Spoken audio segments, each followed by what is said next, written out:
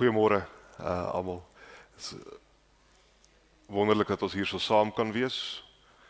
Wonderlik dat ons vir mekaar kan sien, mekaar kan hoor en ook saam die Here mag aanroep en hom mag gaan bid en saam die nagmaal gebruik. Mag dit al vir almal van ons tot versterking van ons geloof wees. Ons maak ons harte reg om die Here te ontmoet en sing Psalm 130.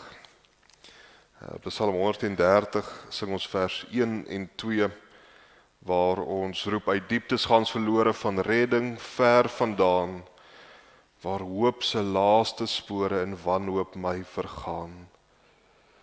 In hierdie donker wêreld, in hierdie moeilike wêreld, uit diep van donker nagte, roep ek, o Here hoor en laat my jammerklagte tog opklim in u oor. Dan soos een wat op die mure as wagter uitgestel, gedurig deur die ure met sy gedagte tel, soos 'n wag op die muur wat vir die oggend sonskyn wag, so wag my siel en sterker gedurig op die Heer, tot hy, die ligbewerker, die nag in daagraad keer, totdat ons die lig sien opkom, totdat ons hom sien. Kom ons sing Psalm 130 vers 1 en 3, dan bly ons ook saam staan om die Here aan te roep, sy seën te ontvang, en dan direk na die seën ontvang sing ons Psalm 105 vers 1 en 5, en ons bly ook staan vir saam bely en weer saam sing. So kom ons staan en dan sing ons Psalm 130 vers 1 en 3.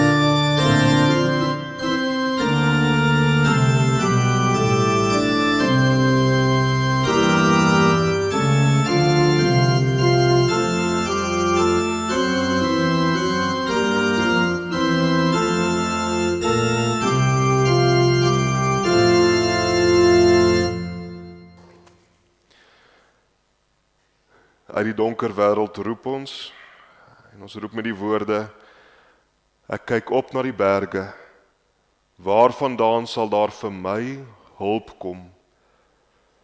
My hulp kom van die Here wat hemel en aarde gemaak het. En vir mense wat so na hom roep, antwoord hy.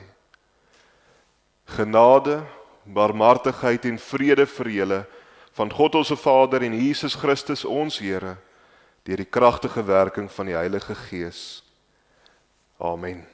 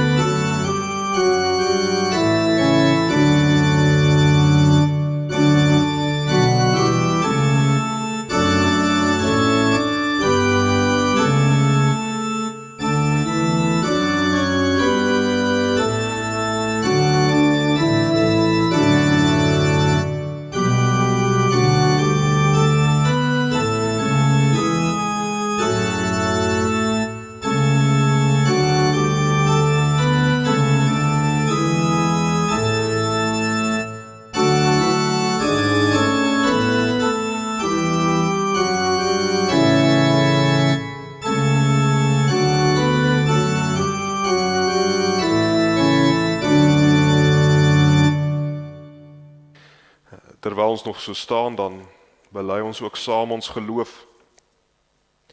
Wie is die Here? Hoe het hy homself geopenbaar? Voor wie staan elke gelowige? En ons sê, ek glo in God die Vader, die Almagtige, die skepper van die hemel en aarde.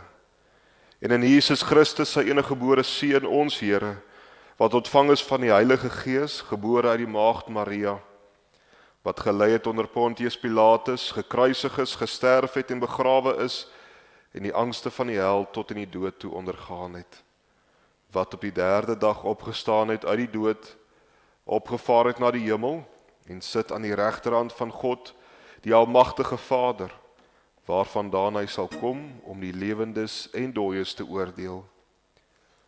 Ek glo in die Heilige Gees, ek glo aan 'n heilige algemene Christelike kerk, die gemeenskap van die heiliges, die vergewing van sondes, die opstanding van die liggaam en 'n ewige lewe.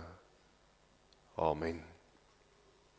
Daarmee saam sing ons skrifbereiding 12-3 vers 1 en 2 en altyd die wonderlike dat ons hierdie Here mag ken en enigste Here, enkele wese, ons glo in U met ons hele hart, heerlik bely ons, vryheid getuig ons, U is vir ewig God en Heer. Kom ons sing skrifbereiding 12-3 vers 1 en 2 en dan kan ons gaan sit.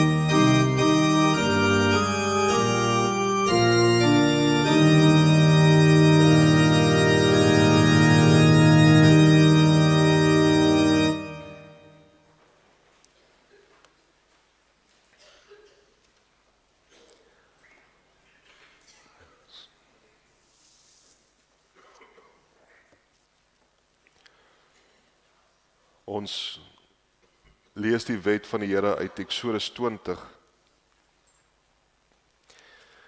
en ons gaan dit DV met die nagmaal formulier gaan ons weer sê, maar die selfondersoek bevat hierdie 3 hoofpunte.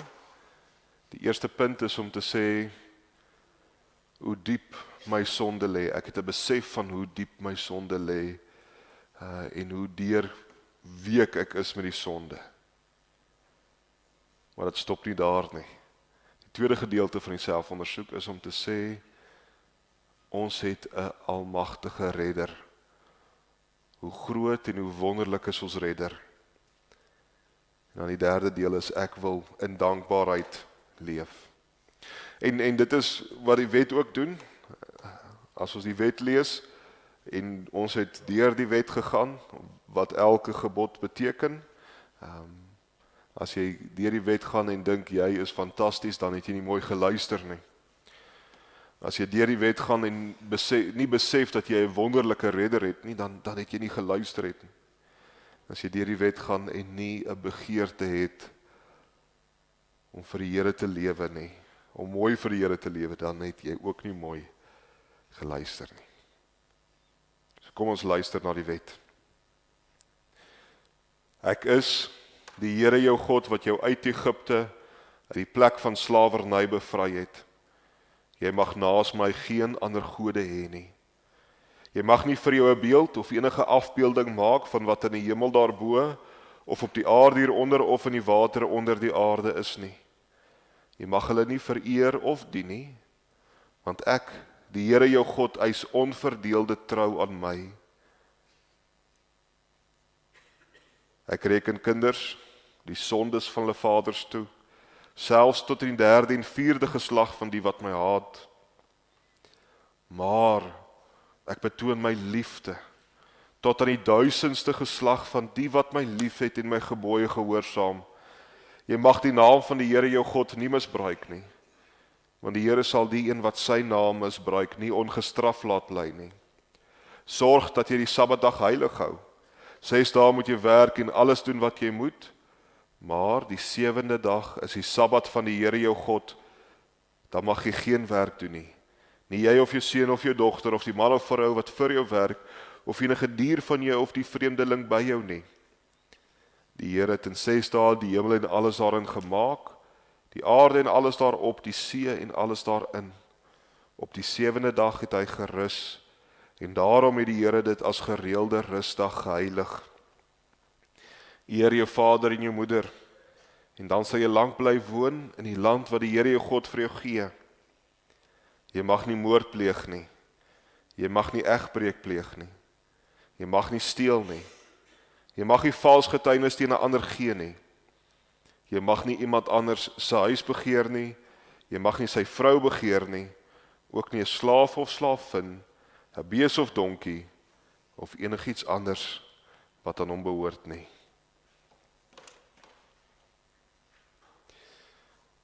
Daarmee saam sing ons Psalm 42.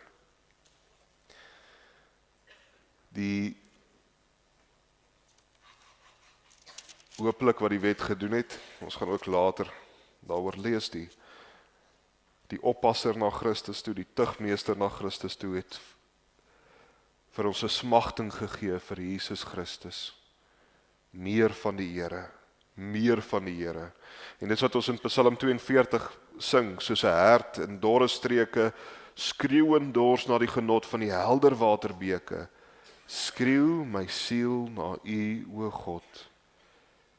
Dat ons so mag wees, dat ons siel sal skree om nader aan die Here te wees, nader aan die Here.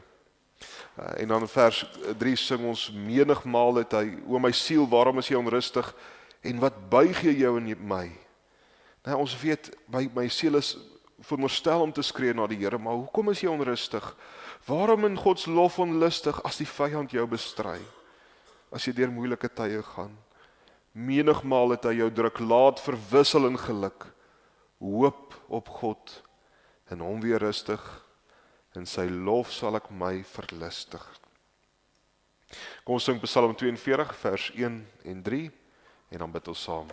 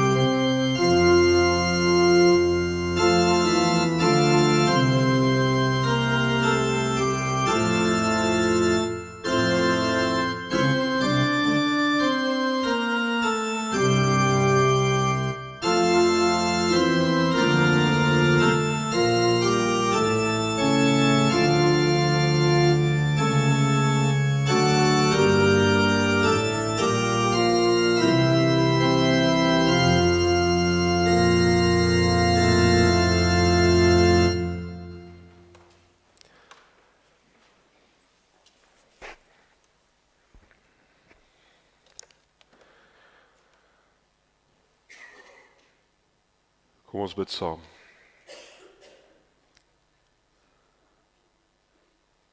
Ons God en Hemelse Vader, ons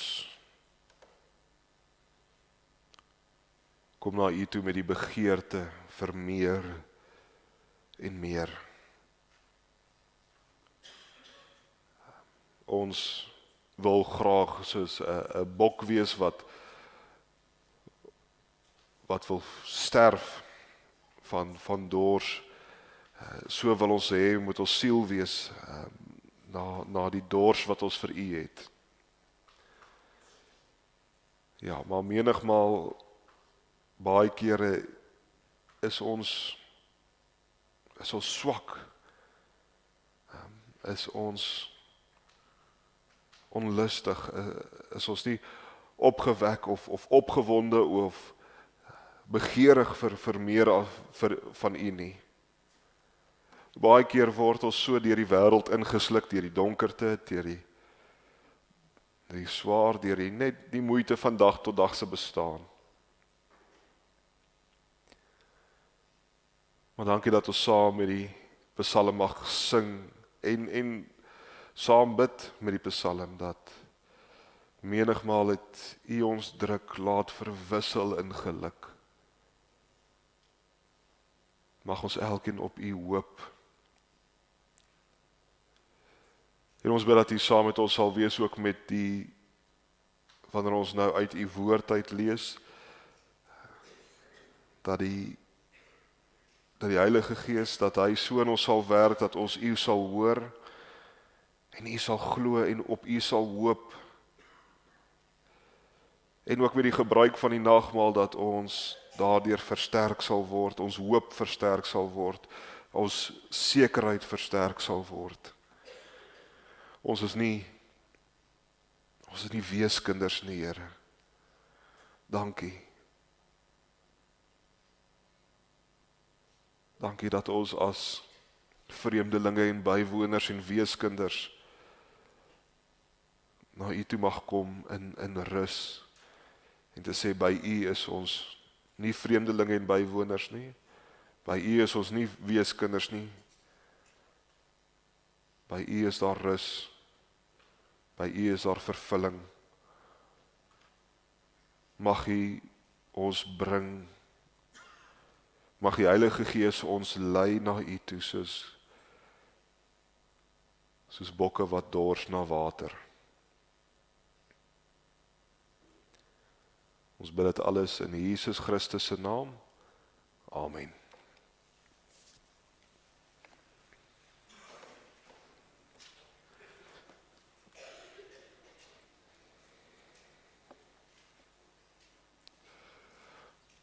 Ons luister na die Here uit Galasiërs 3 van vers 15 tot en met vers 25. Nou, ons is nou al vir 'n hele rukkie besig met Galasiërs, en dalk ervaar julle dit so, week in en week uit, praat ons maar min of meer oor dieselfde goeters. Dis dieselfde temas wat herhaal, en een Sondag, dan sê hulle maar, ons het hierdie al gehoor, en dis eintlik wonderlik hoe die Galasiërsbrief in mekaar gesit word, is dat daar word iets genoem in hierdie gedeelte, en dan by die volgende gedeelte word dit meer uitgebrei.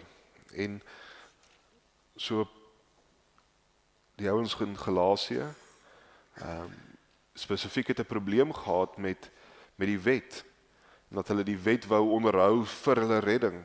Hulle het gedink dat hulle die krag van hulle redding in hulle eie hande is.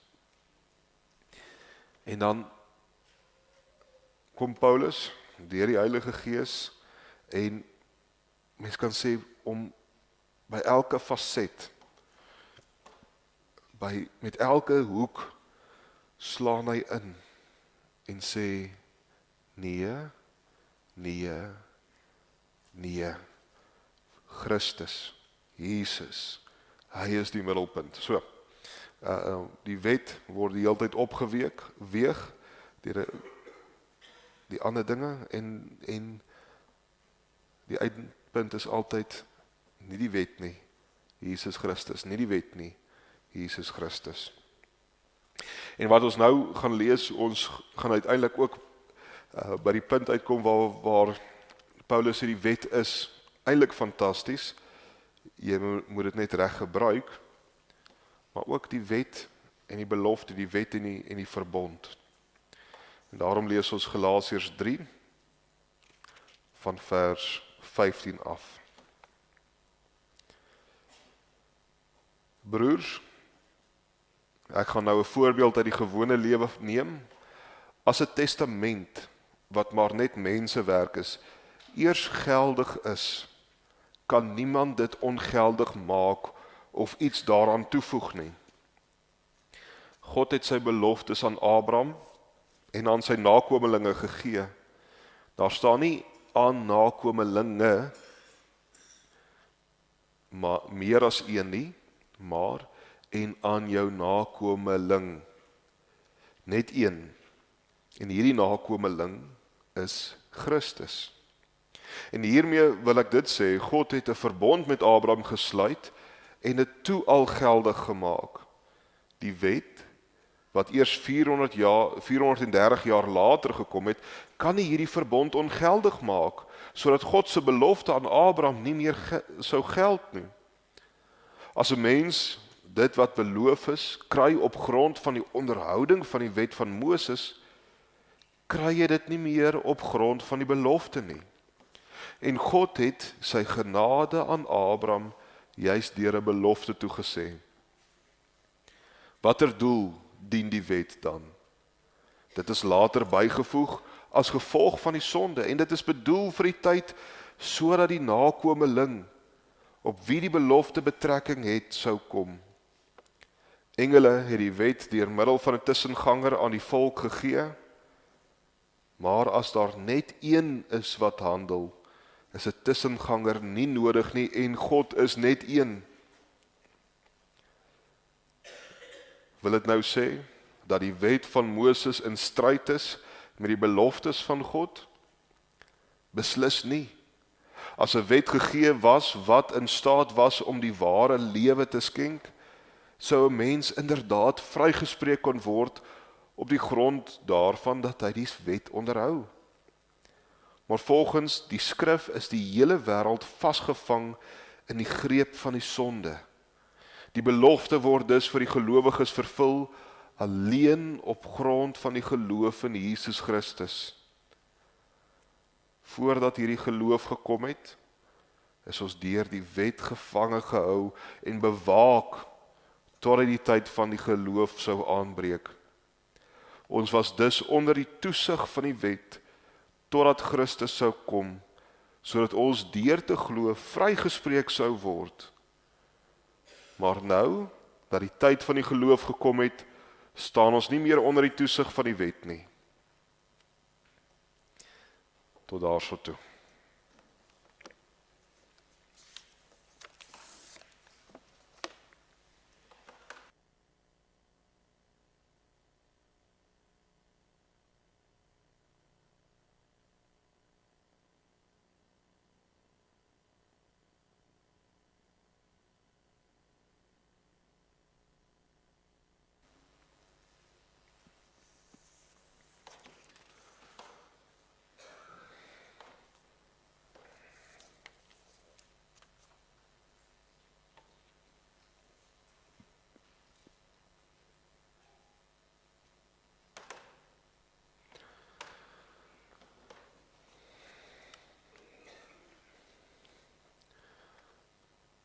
Baie van ons was al teleurgesteld deur 'n belofte wat gemaak is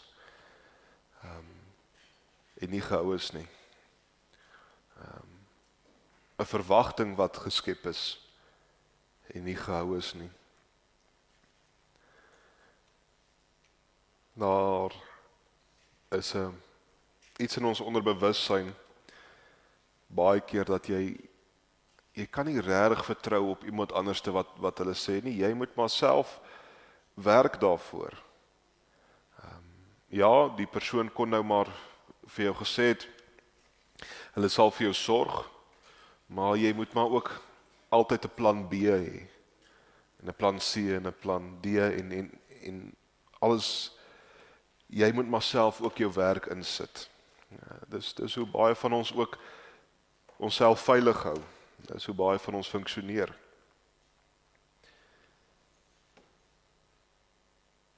En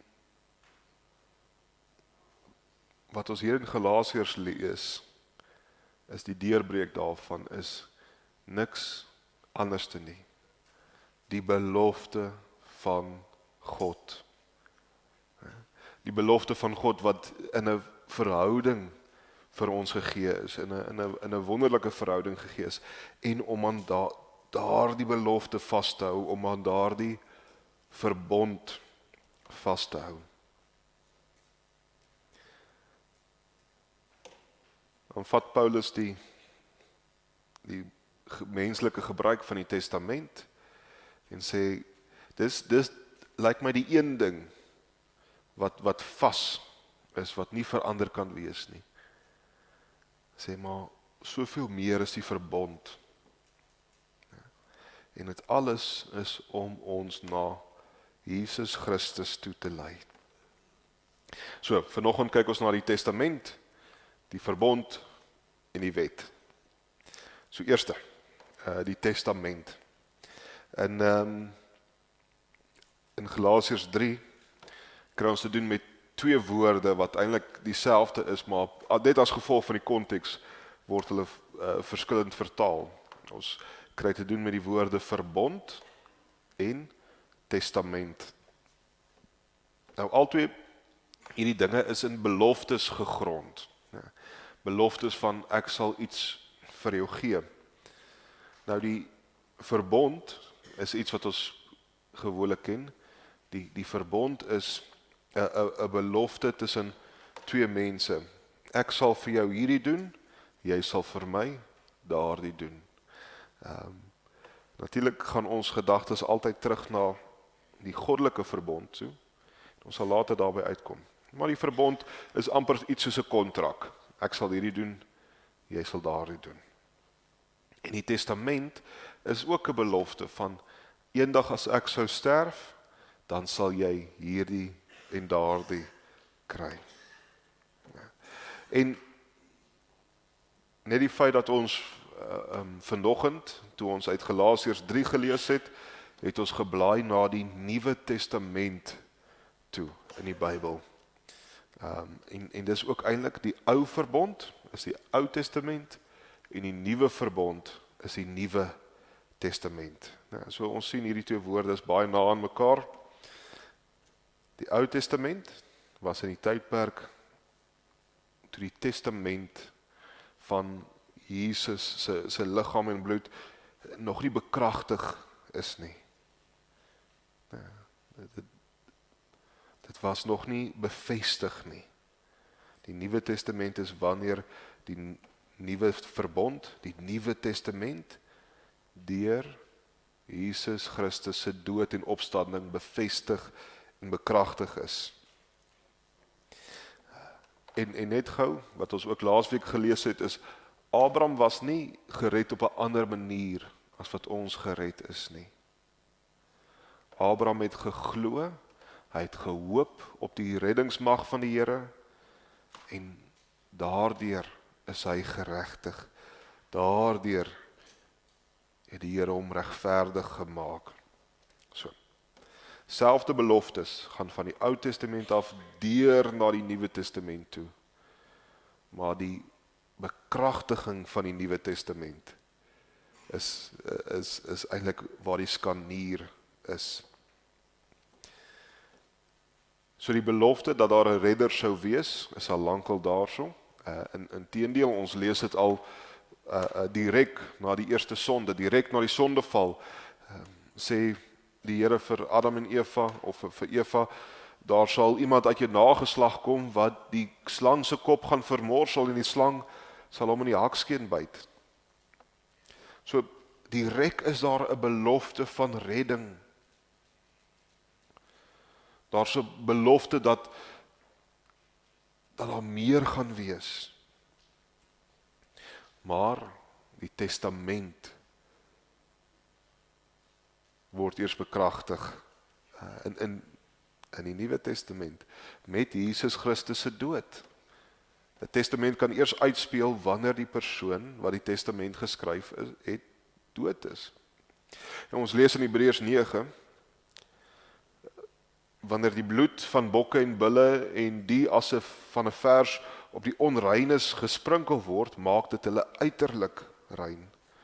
Hoeveel te meer sal die bloed van Christus ons gewete bevry van die las van dade wat tot die dood lei, sodat ons die lewende God kan dien. Hiervoor het Christus immers homself as volkome offer deur die ewige Gees aan God geoffer. En daarom is hy ook die middelaar van 'n nuwe verbond. Sy dood het plaasgevind om mense te verlos van die oortredinge wat onder die eerste verbond begaan is, sodat die wat geroep is, die beloofde ewige erfenis kan ontvang. En dan oor die testament. Dit is soos met 'n testament. Daar moet eers bewys word dat die testamentmaker dood is. Want 'n testament word alleen geldig by die dood van die testamentmaker. Dit word nooit van krag solank as hy nog leef nie. In Christus ontvang ons alles wat hy in sy testament geskryf het. Ons ontvang alles wat beloof is. En dis die punt wat ons ook in Galasiërs 3 lees, is al die goeders kom neer op nie nakomelinge nie. Nou, moenie trots wees op jouself omdat jy deel is van 'n volk nie, Jode. Moenie dit vat as die belofte nie. Dis 'n gedeelte van die belofte. Dis 'n gedeelte van die belofte om 'n volk te wees, die gedeelte van 'n belofte om 'n land te wees, maar al die beloftes kom neer op een persoon, op Jesus Christus, die een nakomeling, die een saad. En deur hom ontvang ons alles, deur hom. Ons naam is geskryf in sy testament en wat ons kry uit sy testament is volle status van erfgenaam wees, volle regverdiging, volle rykdom en natuurlik nie rykdom in wêreldse rykdom nie. As ons oor hierdie goeders praat, dan praat ons oor baie meer as wêreldse rykdom. Hemelse eer en heerlikheid. En nou, wat die Judaïste wou gedoen het in Galasië, hulle wou gekarring het aan hierdie testament. Om te sê, ja, deur Jesus Christus is ons nou erfgename, of deur Jesus Christus, jy moet glo in Jesus Christus, maar om dan deel te kry aan hierdie testament, om deel te kry aan, om erfgenaam te wees, om deel te kry aan die dinge wat beloof is, moet jy eers sekere dinge doen. Moet jy eers besny word, moet jy eers sekere kosse los, moet jy eers 'n Jood wees. En dan vat Paulus net eenvoudig die wêreldse beeld van 'n testament. As 'n testament geskryf is, en die persoon is oorlede, kan jy nie dan kom en aan die testament karring nie. Jy kan nie 'n testament kom en verander soos wat jy wil nie. Hoe minder kan jy die beloftes van God verander?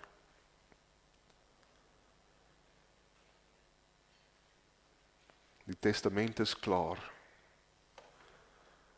Deur Jesus Christus is ons erfgename met alles. En ons kom na die Here toe. Ons kom na die testamentmaker toe met leë hande, sodat ons kan ontvang. Wanneer ons ook vandag die nagmaalsformulier gaan lees, hoop ons ook dat ons die indruk kry die sekerheid kry dat ons nagmaalstafel toe kom met leë hande. Ek kan niks bring nie, ek kan ontvang. As ons vir die kinders kan probeer opsom, is al, wat ons ook aan die begin gesê het, mamma en pappa maak baie keer beloftes, maar partykeer gebeur daar goeters, as ons sê, ek beloof, of nie noodwendig te sê ek beloof nie, maar ons gaan Woensdag gaan roomys kry. Partykeer is daar goeters wat Woensdag gebeur, en dan kan daar nie roomys gekry word nie. En dan moet mens maar self plan maak, of iets doen om daai roomys te kry. God is nie 'n mens nie. As hy gesê het, hy gaan iets doen, dan doen hy dit. As hy iets beloof het, dan gaan ons dit ontvang. Wat het God vir ons beloof? Alles. Ewige lewe, verlossing van ons sondes. En daarom is dit wat hy beloof het, ons ewige lewe, ons verlossing, ons heiligmaking, is nie iets wat ons kan self veroorsaak nie. Ons kan dit net by hom ontvang. En dit bring ons na die verbond toe. En ons het nou baie eintlik oorkruis met die testament. Die Ou Testament, Nuwe Testament, Ou Verbond, Nuwe Verbond. En die verbond is eenvoudig die verhouding wat die Here met ons het. Dit is, baie mense vergelyk dit met 'n kontrak, en die ou verbonde was iets van 'n kontrak, wat twee konings tussen mekaar gehad het. Die een koning het vir die ander koning gesê, as jy aangeval word, dan sal ek my weermag bring om jou te help, en as ek aangeval word, sal jy jou weermag bring om my te help. Of 'n verbond kon tussen twee mense gewees het. Ons sien dit tussen Dawid en Jonathan, het hulle verbond gemaak. En ons verstaan dit baie keer soos 'n kontrak, hierdie persoon moet dit doen, daardie persoon moet dit doen. Maar wat ons verbond met die Here anders te maak, en die lelike of die teologiese woord daarvoor is, dit is 'n monergistiese verbond. Wat beteken, dis 'n verhouding of dis 'n kontrak wat van een kant af gehou word. My kontrak, ek betaal jou soveel $1000 per maand en jy gee vir my 'n huis. As een van die twee partye nie hulle deel doen nie, dan val die kontrak weg. As ek nie my huur betaal nie, dan kan ek nie in jou huis bly nie. As jy nie vir my 'n huis gee nie, dan gaan ek nie my huur betaal nie. So, die kontrak is afhanklik van al twee partye wat hulle deel doen. Met die verbond en met die belofte wat God aan Abraham gemaak het Abraham diere gevat en middeldeur gesny. Een kant daarso gesit, een kant daarso gesit. En die ou gebruik was dat die twee konings deur daardie gruwelike halwe diere geloop het, tussendeur hulle sou geloop het, met die idee, met die gedagte dat as ons hierdie verbond verbreek, as ons hierdie kontrak verbreek, mag jy aan my doen wat ons aan hierdie diere gedoen het. En Abraham het die diere gevat, middeldeur gesny, een kant toe gesit, en seker ook die idee gehad, hy gaan saam met die Here tussen hierdie diere loop, en die Here te slaap oor hom laat kom, en daarso in die slaap het Abraham gesien hoe daar 'n fakkel of 'n oond tussen daai diere loop, waar die Here sê, ek alleen hou die verbond. Ek alleen. En as ons net 'n bietjie teologies kan raak, die tipe teologie, en dit wil ek sê, die tipe manier hoe gereformeerdes na die Bybel kyk, word die verbondsteologie genoem. Wat beteken dat ons eenvoudig kyk na die verbond, dat ons die verbond as vertrekpunt gebruik, en ons gebruik die verbond as die lyn deur die Bybel, God se beloftes, en hoe God sy beloftes onderhou, en daai wonderlike lyn wat ons daar so sien, wat ons taamlik oortuig is, dis hoe mens na die Bybel moet kyk. Deur daai lyn hoor mens die hele tyd die ek sal onderhou van die Here. Hy bring sy volk terug. Hy ruk mense uit die vuur uit, die brandende stomp ruk hy uit die vuur uit. Die ek van die verbond. Die Here self wat die verbond onderhou. En die ou Jode het taamlik ou Jode, mense oor die algemeen hou gewoonlik van iets wat ouer is, of hulle gee meer waarde aan iets wat ouer is. Ja. Daar is 'n nuwe film wat uitkom, die ou film was beter. Daar's nuwe musiek wat uitkom, die ou musiek was beter. Toe ek nog jonk was dit beter musiek.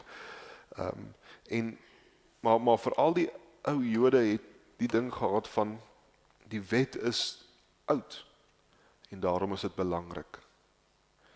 Dan vat Paulus hulle net weer heeltemal terug en te sê, maar wat was eerste? Hoe het julle bestaan as Jode? Hoe het die Jodedom ontstaan? Hoe die volk ontstaan? Nie deur die wet nie. Nog voor die wet was daar 'n belofte. Nog voor die wet was daar 'n verbond. So die wet kan nie kom en die belofte verander nie. Die wet kan nie kom en die testament verander nie. Hy was daar so eerste.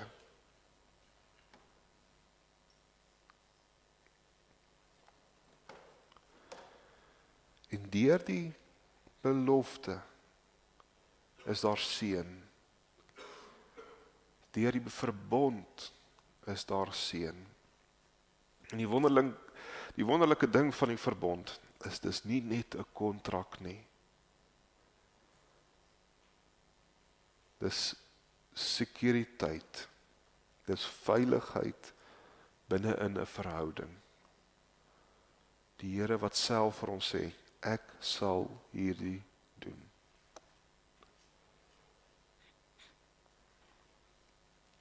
As ons weer vir die kinders kan probeer opsom.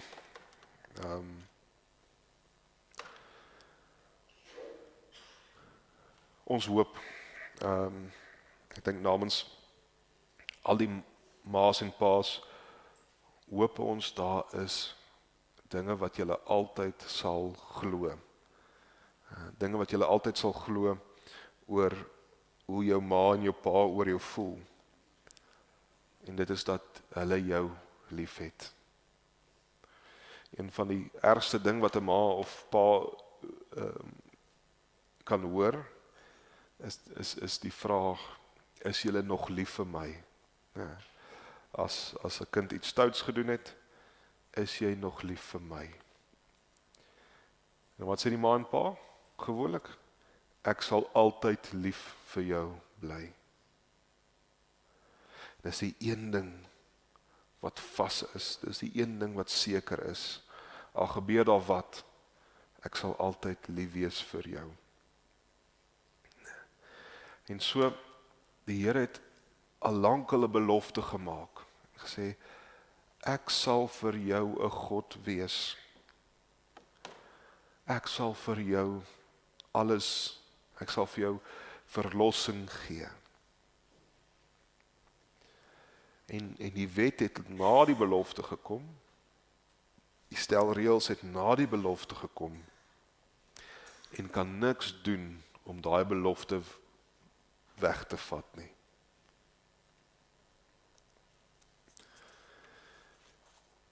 En dan vra ons saam met Paulus, maar wat se nut het die wet dan? Watter doel het die wet? En dan maak hy dit baie duidelik, hierdie wet is wonderlik. Hierdie wet is heilig en goed. Want hierdie wet, as daar 'n wet sou wees wat jou kon gered het, sou dit hierdie wet gewees het. So hierdie wet wys na God se hart. Dit wys na wat God weet is goed en regverdig. So as iemand dit kan onderhou, dan bring hierdie wet vryheid. Dan bring hierdie wet verlossing en heiligmaking. En daarom moet dit vir ons direk wys na Jesus Christus toe. Jesus wat self gesê het, ek het nie gekom om die wet en die profete ongeldig te verklaar nie, ek het gekom om hierdie wet te vervul. Hoekom? Sodat julle kan sien, ek is goed en heilig. En natuurlik, sodat deur my julle erfgename kan wees van my goed en regverdigheid. So die wet is daarso want dit is goed. Teenoor 'n slegte wêreld is die wet amper soos 'n lig wat skyn. En ons weet dis nie altyd lekker nie. As jy gaan kamp of jy gaan slaap in 'n skuur of iets en dis lekker donker en jy lê. Partykeer wil jy nie in die lig gaan sit nie, want dan sien jy goggas of dan sien jy 'n spinnekop of wat ook al, dis partykeer net om blind te wees en net lekker te kan slaap. En so skyn die wet ook op ons sondes. Ek het nie geweet dat dit 'n sonde sou wees om iemand te haat nie. Ek het nie geweet dit is 'n sonde om iemand 'n idioot te noem nie. Maar deur die wet en natuurlik ook deur Jesus Christus wat dit vir ons duidelik maak, weet ek, daar is goggas. Weet ek, daar is spinnekoppe, weet ek, daar is slange, en dis nie altyd lekker nie.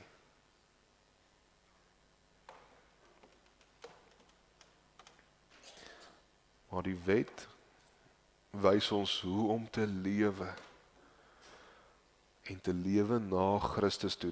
Dit noem ons die oppasser. Die toesighouer. In die 83 vertaling word die woord, ons is onder die toesig van die wet. In die 2020 vertaling die oppasser, in die 33-53 vertaling die tugmeester. Ja. En dit verwys na, die woord is eintlik gebruik vir 'n spesifieke slaaf in die huishouding.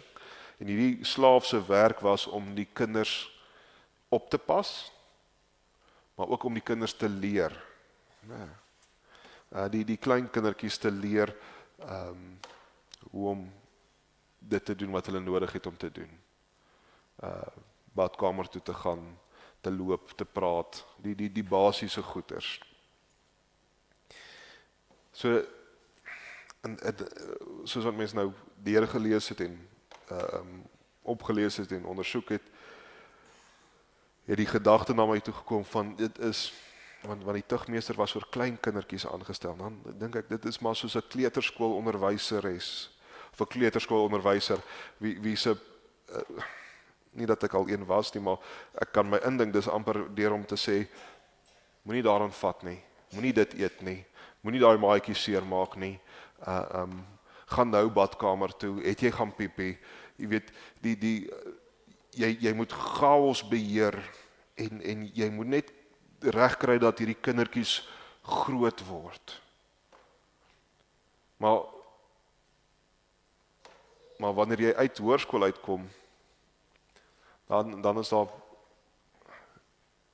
min mense wat vir jou sê, het jy al gaan piepie, moet ek jou doek ruil, moenie daaraan vat nie, moenie dit eet nie, want dan het jy al groot geword.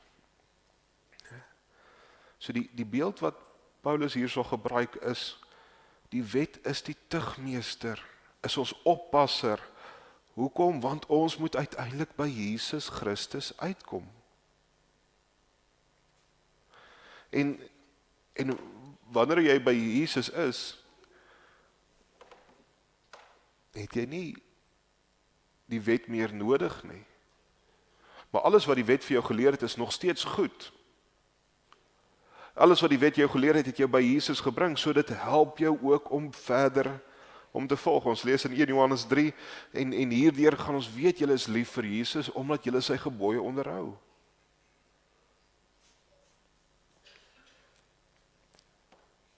Die wet kan nie 'n deel van ons verlossing vat nie, die wet kan nie die belofte verander nie, die wet kan ons uitbring by Jesus Christus.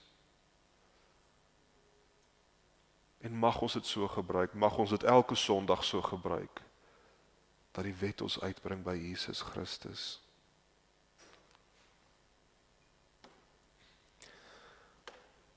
Ons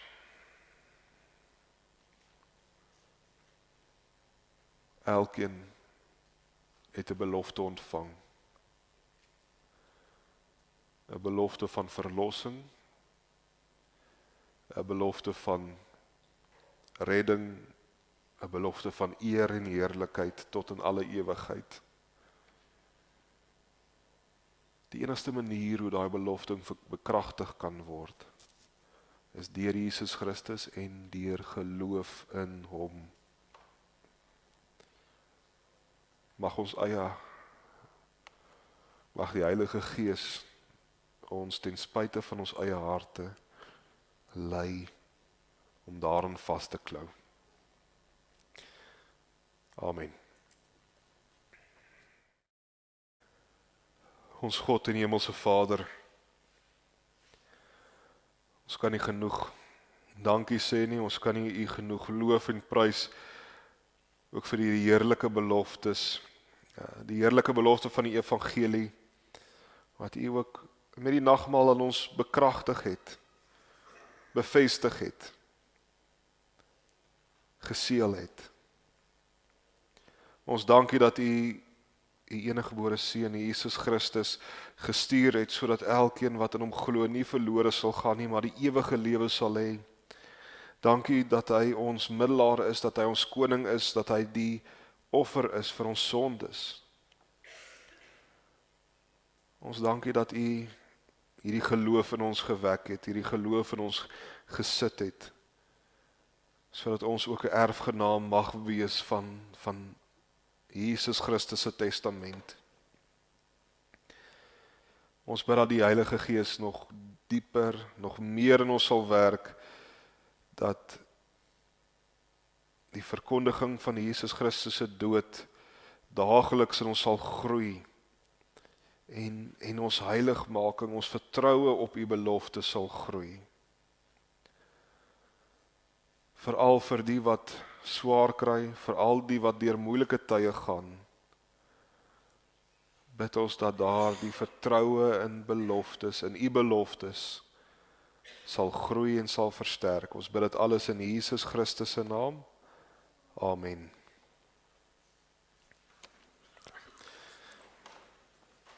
Daar is nou geleentheid om kollektes op te neem. Die kollektes onder die diens gaan vir die diens van barmhartigheid, en by die deure gaan dit vir die emeritaatfonds. Dis nou vir die predikante wat al afgetree het.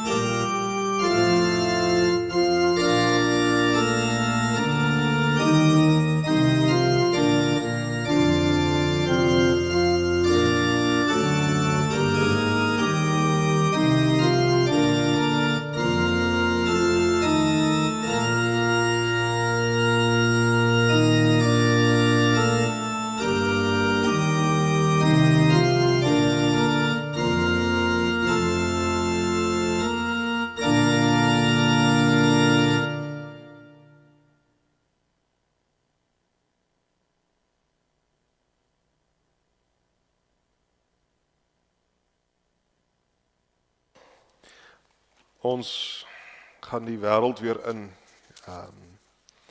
Met dit wat ons nou net aan die einde van die nagmaalsformulier gelees het, die lofverheffing, dit sing ons ook nou. Loof o my siel en alles wat in my is, loof die Here in wie ek van harte bly is. Verhef sy heilige naam met lof en prys, laat hoor my siel die stem van dankgebede. Vergeet nooit een van sy weldadighede. Vergeet hom nie wat jou sy guns bewys. Loof hom wat jou van skuldelas onthewe, genadiglik die sondes wil vergewe. Jou krankheid ken en liefderyk genees, wat van die dood jou lewe weer verskoon het. Met goedheid en ontferming jou gekroon het, en in die nood is hy jou hulp gewees. Kom ons sing Psalm 103 vers 1 en 2, dan ontvang ons ook die seën van die Here en bevestig dit alles met die amen.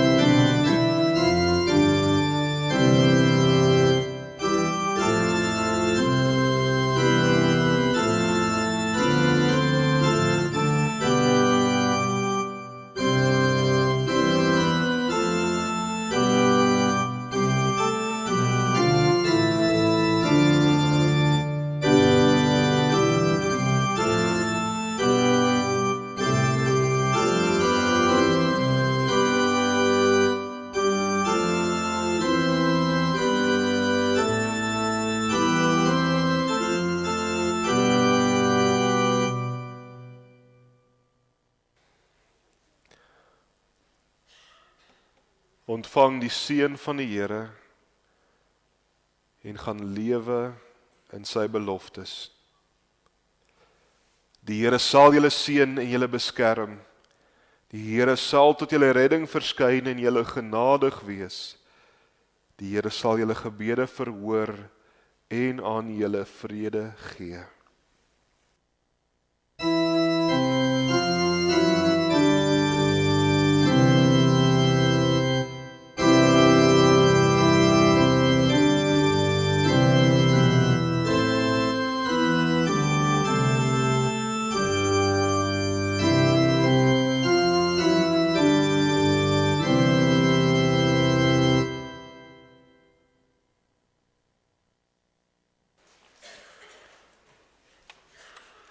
Een paar afkondigings ook vir ons week vorentoe. Bybelstudie gaan aan soos normaal Abendvriede 10:00 die oggend Dinsdae en die kerk sal hier so 6:30 die aande. En dan die Woensdag gespreksgeleentheid is dit 6:30 by Lamore Heelword Sentrum. Dis daar agter Mojari apteek en dit word deur oom Teens de Klerk gelei. En dan verjaarsdag die 26ste is dit Bertus van Sail, baie geluk daar. So die 28ste Julie is dit Rihanna, baie geluk. Rihanna die 31ste Zelda Kotse, baie geluk. En dan die 1 Augustus is dit Dean Grassou, baie geluk vir almal wat verjaar hierdie week. En dan belangrik, ek hoop julle het geen eteplanne gemaak nie, want ons eet hierso saam 12:00, kom eet ons lekker potjie. Kom asseblief, jy hoef nie 'n bord te bring nie, jy hoef nie 'n vurk of 'n mes te bring nie, jy hoef nie pudding te bring nie, of party van julle moet pudding bring. Julle hoef amper nie eers goeie maniere te bring nie. Kom net en kom eet en kom geniet mekaar se geselskap. En dan, terwyl julle kan gou huis toe gaan en ander klere aantrek, of kom kuier na kerk, geseënde week, of sien julle nou.